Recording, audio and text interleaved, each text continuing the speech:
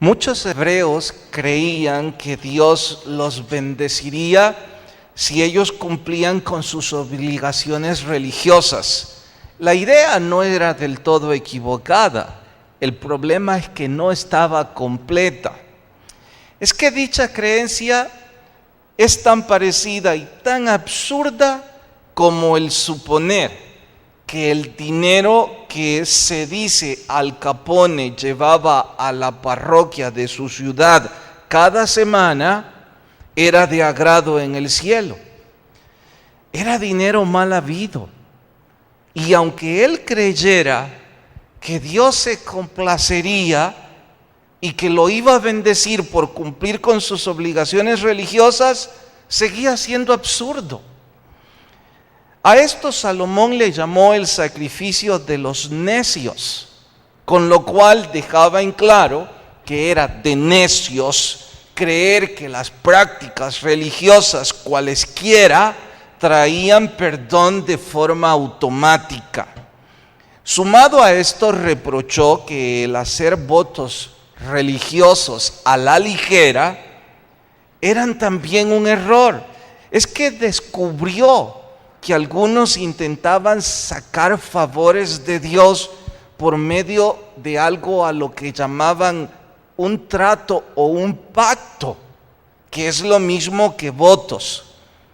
Y cuando lo descubrió, lo escribió para quejarse de esta actitud. Cuando yo leo esto, me sorprende que haya sido escrito cientos de años atrás. Es que parece que esto es una queja en contra de los rituales de la iglesia evangélica de hoy día. Por esto y más es que titulamos a nuestro estudio de hoy Irreverencia religiosa. Vayan en sus Biblias hasta Eclesiastés capítulo 5 y por favor cuando lo encuentran se ponen de pie para mayor reverencia. Nuestro estudio de hoy, Irreverencia religiosa, capítulo 5, libro de Eclesiastés, vamos al verso 1. Dice: cuando fueres a la casa de Dios, guarda tu pie y acércate más para oír que para ofrecer el sacrificio de los necios, porque no saben que hacen mal. No te des prisa con tu boca ni con tu corazón se apresure a proferir palabra delante de Dios, porque Dios está en el cielo y tú sobre la tierra. Por tanto, sean pocas tus palabras. Un paréntesis, me gustaría saber qué opinan aquellos que hacen largas y elocuentes oraciones llenas de palabrerío cuando leen estos versos. Sigo, verso 3, porque de la mucha ocupación viene el sueño, y de la multitud de las palabras, la voz del necio. Cuando a Dios haces promesas, no tardes en cumplirla. Él no se complace en los insensatos. Cumple lo que prometes, y mejor es que no prometas, y no que prometas y no cumplas. No dejes que tu boca te haga pecar, ni digas delante del ángel que fue por ignorancia. ¿Por qué harás que Dios se enoje a causa de tu voz y que destruya la obra de tus manos? Donde abundan los sueños, también las vanidades y las muchas palabras. Mas tú teme a Dios. Oremos, por favor, Señor, pon en el estudio de hoy tus palabras, ministra nuestras vidas y que podamos crecer en el entendimiento de tu voluntad para nosotros. En el nombre de Jesús, amén. Pueden tomar su asiento. Antes de ir a nuestro tema, consideré oportuno recalcar el peor de los errores de Salomón. Y sé que una buena parte de ustedes conocen la historia, así es que me gustaría que opinaran, que enriquezcan este estudio y desde su punto de vista sugieran cuál fue el peor de todos los errores de Salomón. Ayúdenme, ¿qué creen que fue lo peor? Vamos. uno que otro nos ayudaría. Sí, hermana Melita.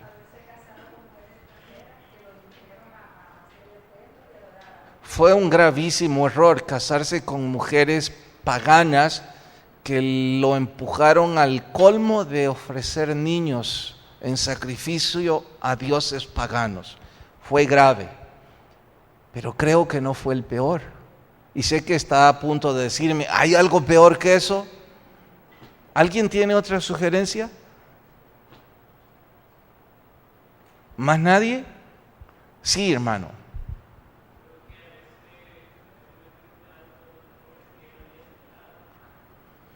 Algo así como el predicador que no se predica a sí mismo. Lo que sucede es que la mayor parte de las exhortaciones las dijo al final, hermano, no mientras las cometía. No lo justifica, desde luego, pero no cabe en esta situación. ¿Alguien más que creen que hay algo mucho peor? Los demás no, ¿sí? Yo estoy de acuerdo con usted.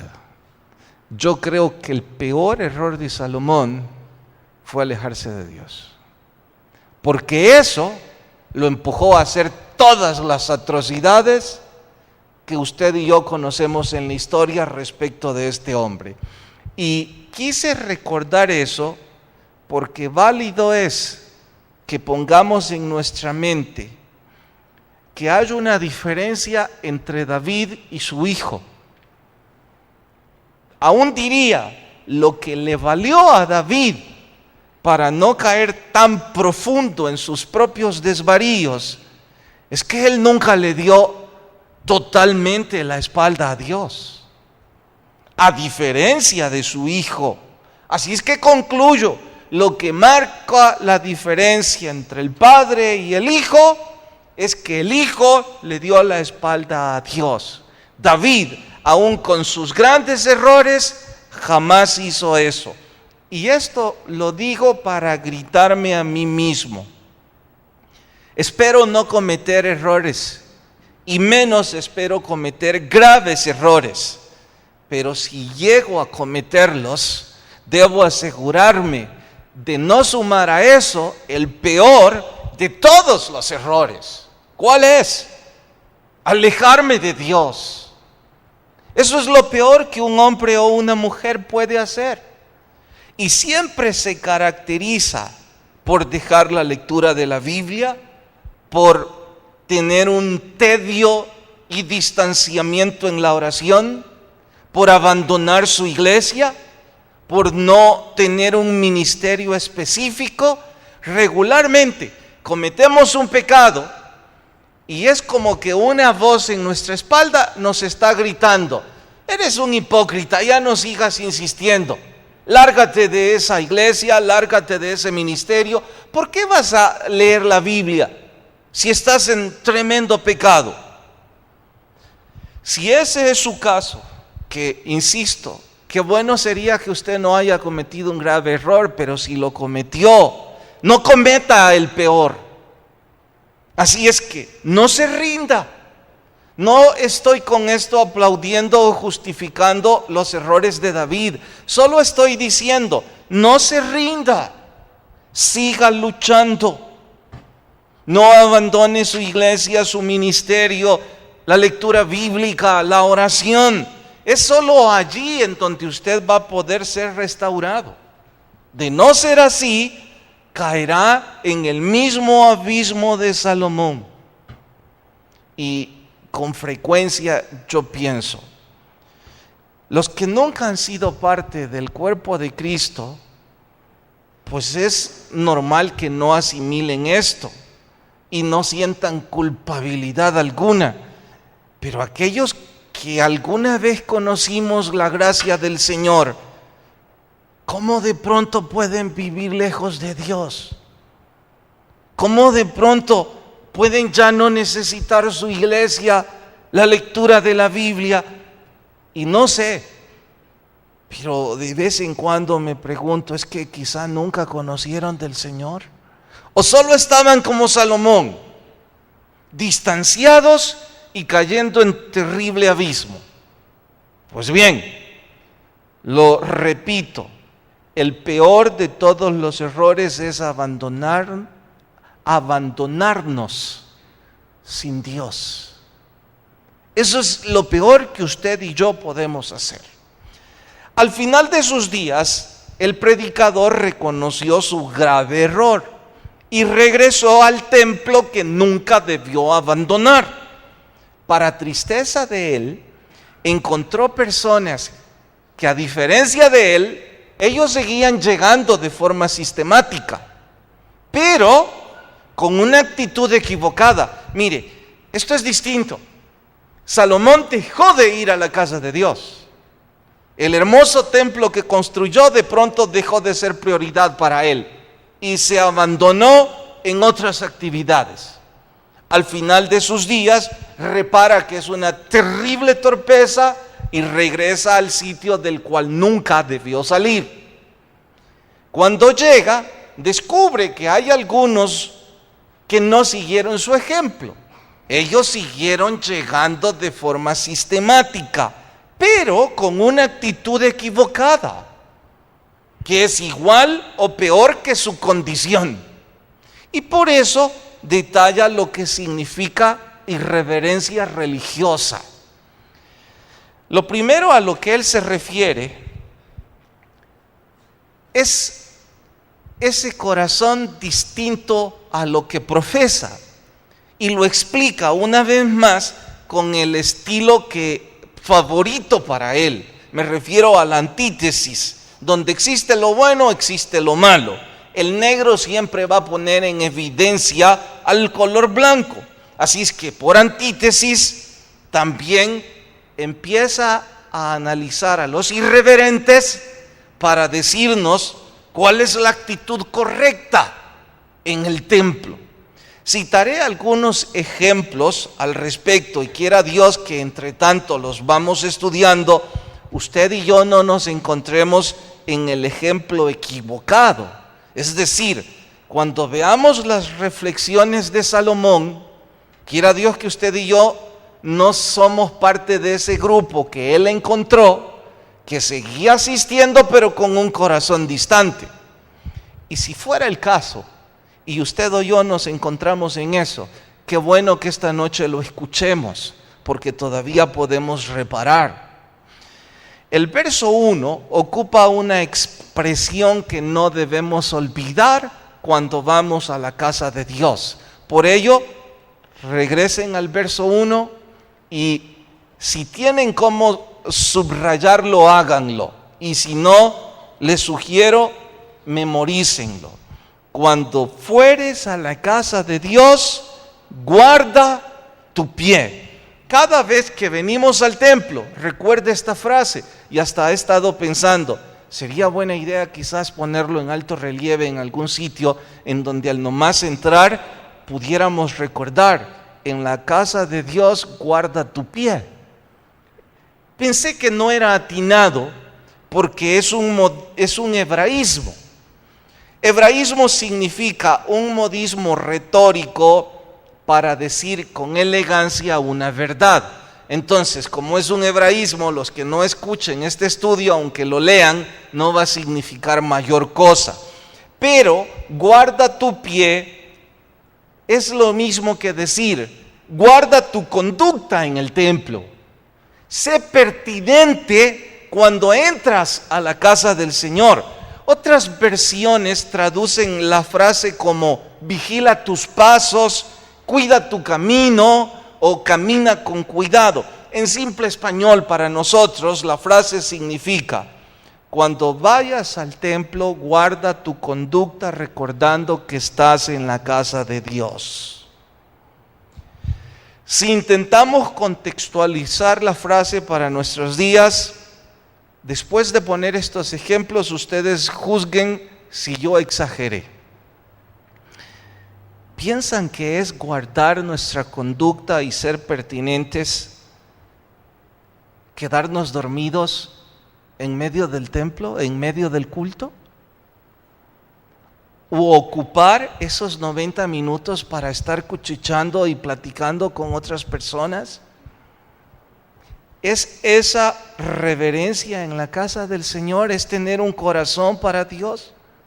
Y si alguno de ustedes alguna vez se quedó dormido porque venía cansado de su trabajo, tuvo que viajar lejos y cosas como esas, por favor, no se sienta por aludido. Sé que son circunstancias muy únicas, pero si usted o yo somos de esas personas que es frecuente nuestra actitud de adormecimiento y de indiferencia en la casa de Dios, Salomón nos está diciendo: mire, entre usted y yo no hay diferencia. Yo decidí ya no entrar, pero usted entra con una irreverencia que agranda su error, porque no aprovecha su tiempo. Como otro ejemplo diría, y la ilustración es burda, pero a lo mejor sirve. Si usted o yo somos invitados a la casa del presidente, ¿iríamos con una actitud irreverente, irrespetuosa e impertinente? Creo que no. No entraríamos con un aire de indiferencia y cruzaríamos nuestros brazos enfadados, como diciendo con nuestra mirada: ¿por qué no se apura? Estoy harto de estar aquí. Pues esto no es la casa de ningún presidente, es la casa de nuestro Señor. Y entonces, ¿acaso no merece nuestro Señor el mejor orden y la mejor reverencia? No voy esta noche a referirme al vestir respecto a la pertinencia, porque creo que el vestir obedece a la personalidad, y alguien puede tener una ropa que parezca informal pero un corazón muy reverente, como alguien puede tener ropa que parezca muy formal pero su corazón bien distante de Dios. Entonces yo no voy a citar la forma en que debe o no debe vestir en la casa de Dios, solo voy a recalcar: piense cuando usted se viste en ser respetuoso delante de su Dios, no delante de su cultura, porque sé que las culturas y los pensamientos son distintos de forma generacional. Solo digo, piense en la pertinencia de que va a la casa de Dios. Él estaba diciendo: me doy cuenta que eso es un sacrificio de necios, porque ellos no guardan su compostura, ellos no guardan su actitud, no vigilan cómo se comportan, y lo llama sacrificio de necios en honor a esto. Se los explico. En aquel entonces la liturgia, los 90 minutos, incluía ofrecer sacrificios de animales de acuerdo a la capacidad económica de cada quien. Era un sacrificio porque tenían que pagar por ese animal y luego lo sacrificaban. De allí que él diga sacrificios de necios. Usted dirá: ¿pero por qué? Si eso estaba en la ley de Moisés, que debían hacer esos sacrificios. Cuidado. Esos sacrificios debían ir acompañados de un corazón agradecido, porque el sacrificio en sí mismo solo era la representación de lo que hay dentro del corazón. Lo recalco, esos sacrificios eran la representación de lo que hay en el corazón. Así es que sacrificar animales era una práctica muy buena, siempre y cuando recordaran que era representativa. Pero si lejos de representar lo que hay en el corazón, decían: pues tomo este o este y qué me importa, y sacrifíquenlo, mi corazón distante, Salomón descubrió: eso no tiene valor. Como no tiene valor un beso si no está acompañado de amor? Eso es algo, yo diría, no solo fuera de contexto, sino que repugnante. Yo no sé si usted disfruta que alguien cercano, que ha sido una persona que le ha fallado, que le ha dicho alguna grosería y que está en un gran problema y que le sigue mostrando indiferencia, de pronto llegue y le diga: te voy a dar un beso. Sé que lo primero que usted va a pensar, este es el beso de Judas.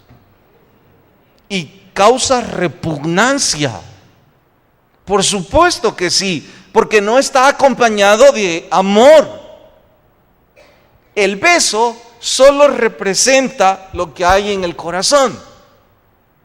Pues de igual forma los sacrificios deberían representar lo que hay en el corazón.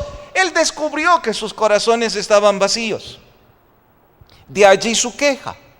Si yo aplico esto y lo busco en el Nuevo Testamento, descubro que los sacrificios de animales fueron sustituidos en sacrificios como, por ejemplo, servir al prójimo, los cantos, mis ofrendas, mis diezmos y otras cosas como esas. Se les llaman sacrificios porque implica algún costo. Servir al prójimo siempre va a llevar implícito un esfuerzo, de ahí que sea sacrificio. Cantar, pues debe también significar un esfuerzo. Depositar mis diezmos, claro que lleva un costo. Entonces recalco, en el Nuevo Testamento los sacrificios de animales fueron sustituidos por este tipo de sacrificios. Y estas prácticas, por supuesto que son buenas, única y exclusivamente si están acompañadas de un corazón sincero. Regreso al asunto de Al Capone, y los que no saben sobre su historia, era un delincuente, traficaba todo tipo de cosas ilícitas y se dice que también caía en el filo de asesino. Pero semana a semana llevaba fuertes ofrendas a su parroquia. Entonces, la práctica de llevar ofrendas era muy buena. Pero sin un corazón sincero, no tienen valor en el cielo. Porque para que esa ofrenda tuviera valor, debía ir acompañada de un corazón sincero. Y Salomón dice: cuando vayas a la casa del Señor, acércate más para oír y para obedecer que para hacer el sacrificio de necios. En otras palabras, ¿cuál es el mejor sacrificio que nosotros podemos ofrecer al Señor? Díganme ustedes en honor a este texto, ¿cuál es el mejor sacrificio que un hombre o una mujer puede ofrecer a Dios en el culto? No más uno. Están dormidos. Hermana, casi lo dijo, pero con sus palabras y no con las palabras del texto. ¿Cómo lo dice Salomón? ¿Sí? Lo dijo con mis palabras esta vez, no con las palabras del texto. ¿Sí? Son sus palabras, la del texto. Esa era la primera parte. Pero la segunda,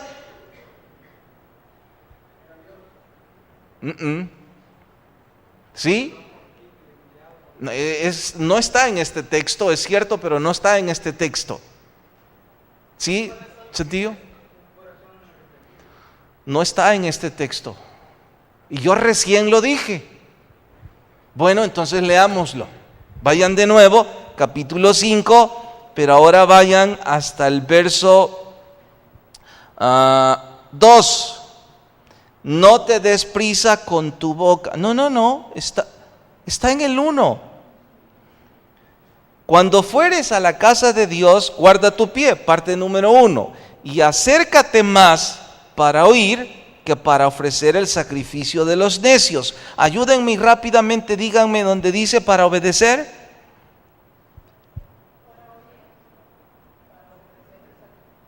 para ofrecer. Ok, entonces, ¿qué significa no ofrecer el sacrificio de los necios? Significa obedecer. ¿Obedecer qué cosa?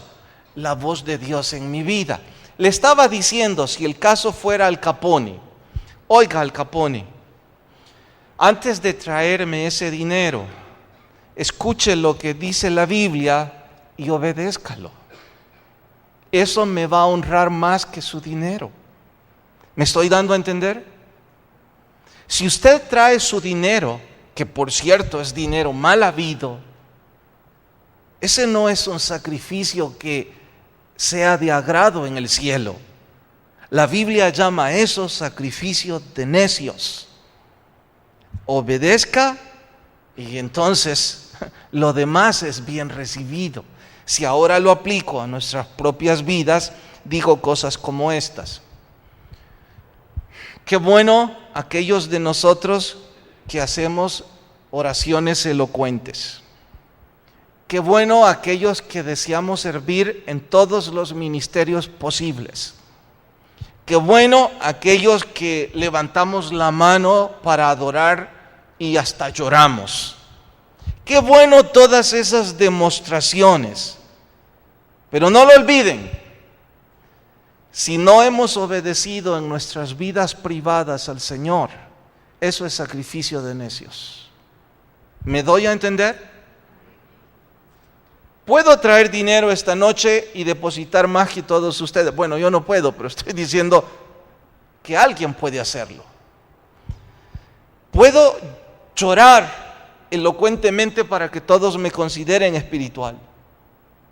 Puedo hacer todo tipo de demostraciones emotivas religiosas, pero si estoy viviendo en adulterio, si este día he defraudado a otras personas en negocios, y ejemplos como ese, lo que yo estoy haciendo es sacrificio de necios.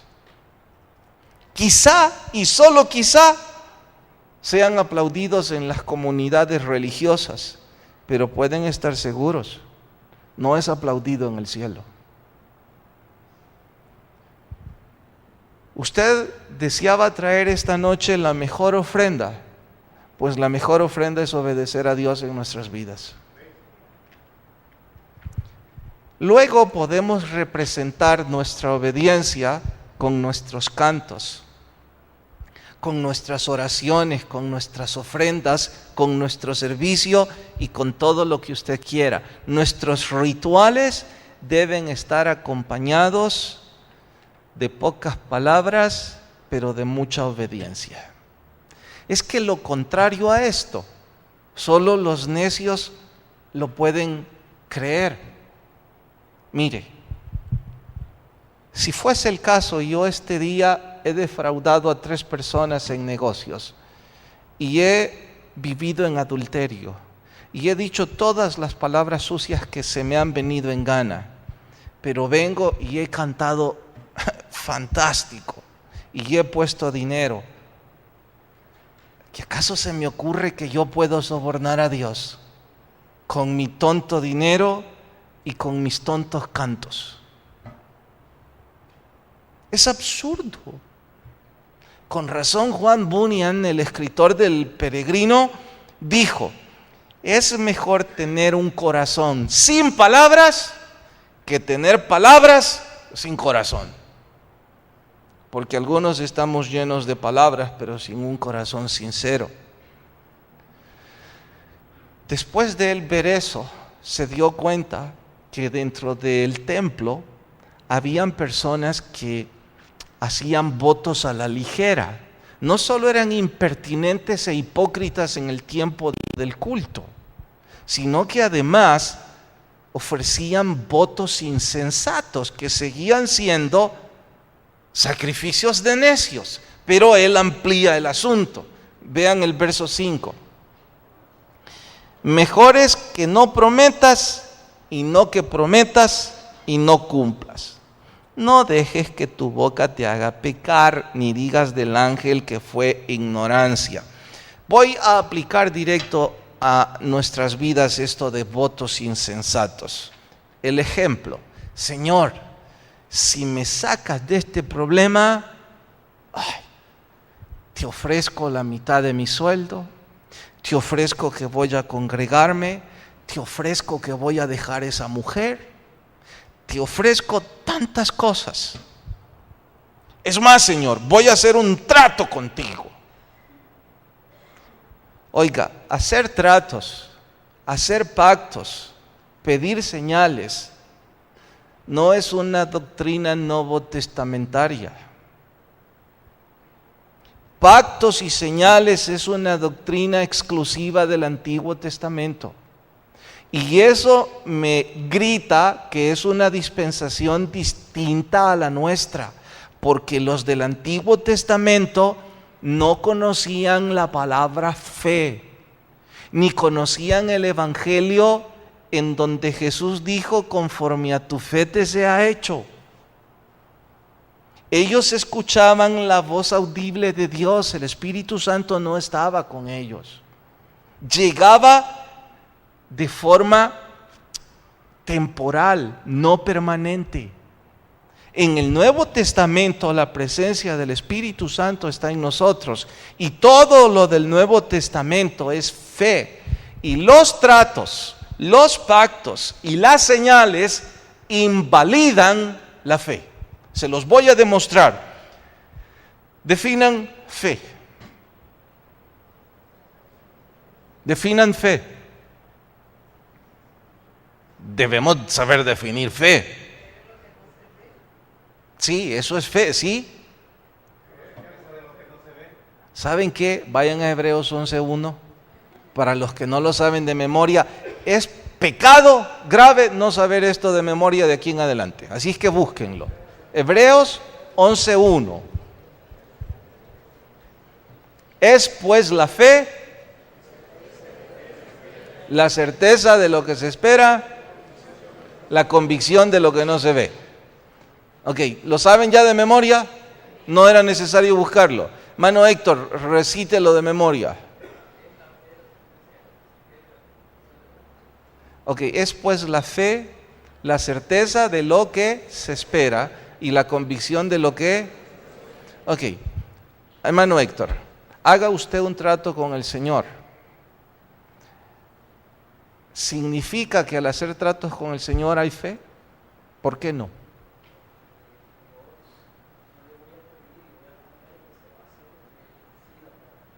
En un trato hay dos partes, ¿verdad?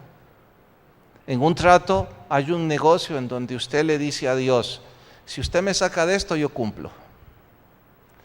El evangelio es: si usted me saca de esto, yo cumplo. ¿Cuál es el evangelio? Yo debo cumplir por fe. Me saque o no me saque. ¿Está claro usted de eso? Es que mire, ya que está de moda, porque es Semana Santa, todas las muertes de los cristianos de la iglesia primitiva, imagínese si esos hicieran el trato: Señor, vamos a hacer un trato, si usted me libera de esta muerte, entonces yo soy cristiano. No habría cristianos, porque muchos de ellos murieron. La fe de ellos no estaba en hacer tratos, la fe de ellos estaba en la convicción de lo que no se ve. Las señales, ¿usted las puede ver? ¿Las señales las puede ver? Sí, claro que las puede ver. No es fe. Mire, el evangelio sería otra cosa si pudiéramos poner señales igual que Gedeón le puso al Señor. Y si esta noche usted quiere una señal, pues dígale al Señor: mire, Señor, yo voy a seguir siendo su hijo si usted parte el cielo en dos. Que yo fui muy extremista y puse un ejemplo muy alocado. ¿Acaso no eso es lo que algunas señoras le piden a Dios? Señor, de señal que mi marido vuelva. Aunque hoy día las cosas cambian y algunas señoras dicen: Señor, que no vuelva. Está cambiando las cosas. Bueno, si el esposo no vuelve, entonces no hay trato. Es absurdo. Son votos insensatos, votos a la ligera. Y Salomón dice, cuando llegues a la casa de Dios, guárdate de estar haciendo esas cosas. Y de estar prometiendo cosas y de estar diciendo absurdos. Mire, lo mejor, dice él, es que no ande prometiendo nada. Pero, si estuvo prometiendo, cumpla. Porque mejor es que no prometa y que cumpla. Entonces, hay 3 consejos puntuales respecto a esto. Número 1, hermano y hermana, ¿para qué vamos a hacer votos a la ligera y prometer cosas absurdas? No se imaginan cuántas personas he tenido que decirles, eso no está bien, porque han llegado y en consejería dicen, pastor, quiero que usted sepa y sea mi testigo que yo le he prometido al Señor doble diezmo si resuelvo esto. Y quiero que usted sea el testigo para obligarme a ponerlo. Aunque me gusta la idea del doble diezmo, por ética me he visto obligado a decir, mire, Dios no necesita su diezmo. Y es un terrible absurdo que usted crea que Dios puede necesitar su dinero, porque Él es el dueño del oro y la plata. Usted y yo debemos poner nuestro diezmo porque es nuestra responsabilidad ante Dios, punto. No tengo por qué hacer esos tratos. Mi fe no debe basarse en esos pactos fuera de orden. Voy a servirte, Señor, con todo el corazón si resuelves este problema legal. Momento. Usted y yo debemos servir al Señor con todo el corazón, aunque no se resuelva ese problema legal. Tan simple como eso. Entonces, por eso dice Salomón, deje de estar haciendo votos a la ligera. Número 2, si ya lo hizo, pues cúmplalo. Así que si ofreció el 20%, le estoy esperando. Bueno, yo no, pero aquí dice que Dios sí.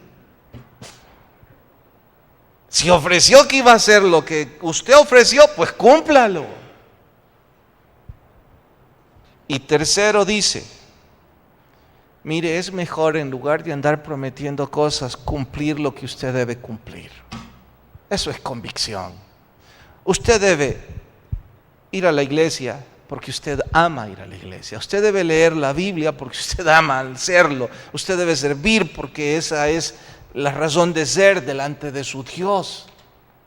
En lugar de prometer hacerlo, simplemente hágalo. Eso es lo que está diciendo. La mejor adoración, dice Salomón, es la que sale del corazón, porque la que sale del diente al labio envenena el alma. Repito esto, la adoración que sale del corazón es la que vale. La del diente al labio solo envenena el alma. Dios conoce nuestros corazones. Por ello, lo que debemos desnudar delante de Él cuando buscamos al Señor es nuestro corazón. Y olvídese las personas que están cerca de usted o lo que esas personas van a pensar respecto a lo que usted quiere hacer. Solo asegúrese de que su corazón está delante de su Dios. Mire, ¿quién se iba a imaginar que en el templo, allí en una sinagoga, Jesús dijo respecto a esas 2 personas, una en la primera fila, y en ese entonces en las primeras filas se sentaban los influyentes, los que mostraban santidad, los levitas, gente importante. Y claro, estar en las primeras filas les hacía sentirse más religiosos. Pero hubo uno por allá en la última fila que ni siquiera quería sentarse. Sentía tan culpable y tan pecador que él dijo, yo ni siquiera soy digno de sentarme.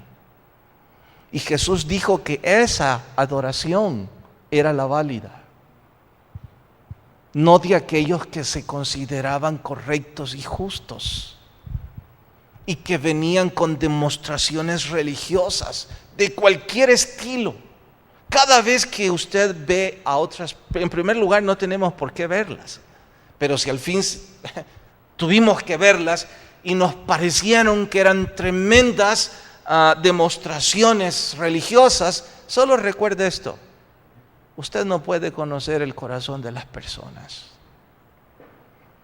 Alguien puede estar muy sobrio, muy callado y hasta parecer un poco serio, pero su corazón puede estar muy cerca de Dios. O todo lo contrario, alguien puede ser muy emotivo y estar cerca de Dios. La Biblia dice: torre fuerte es el nombre del Señor, a él correrá el justo y será levantado. Repare de nuevo en el verso: torre fuerte es el nombre del Señor, a él correrá el justo y será levantado. ¿Cómo estaba el justo? Estaba caído. El justo estaba caído. ¿Pero por qué fue levantado? Porque se acercó a la torre fuerte, que es el nombre del Señor, con un corazón sincero. Y no fue su pecado lo que lo convierte en justo. Lo que le convierte en justo es su corazón arrepentido y deseoso de obedecer a Dios. Deseoso de que sus prácticas religiosas vayan de la mano con lo que sale de su corazón. Vamos a orar. Señor, gracias por instruirnos esta noche sobre la actitud correcta en el templo, por recordarnos que de poco o nada nos sirve tener prácticas religiosas si nuestro corazón no es sincero delante de ti, si no veníamos sedientos y deseosos de disfrutar este momento, si no estamos luchando por obedecer tu palabra. Lo que hacemos es sacrificio de necios que no superan el cielo falso de este lugar. Por ello, gracias por exhortarnos, llamarnos la atención y decirnos que estás buscando nuestro corazón y que cuando nos acercamos al templo nos acerquemos más para oír y para cumplir tu palabra. Señor, gracias por exhortarnos, y si hay personas sin Jesús, ruego toque su corazón tan fuerte que él o ella puedan venir a Cristo. Mientras todos oran, sus rostros inclinados y sus ojos cerrados, si usted nunca antes vino a Jesús, sería un tremendo sacrificio que usted obedezca al Señor esta noche y haga la oración y la profesión de fe. No va a ser obediencia para esta religión, para esta iglesia. Eso es entre usted y Dios. Y yo no voy a invitarle que venga al frente para que le aplaudan o algo que se parezca. Dios y usted. Si alguien esta noche dice: me gustaría orar, me gustaría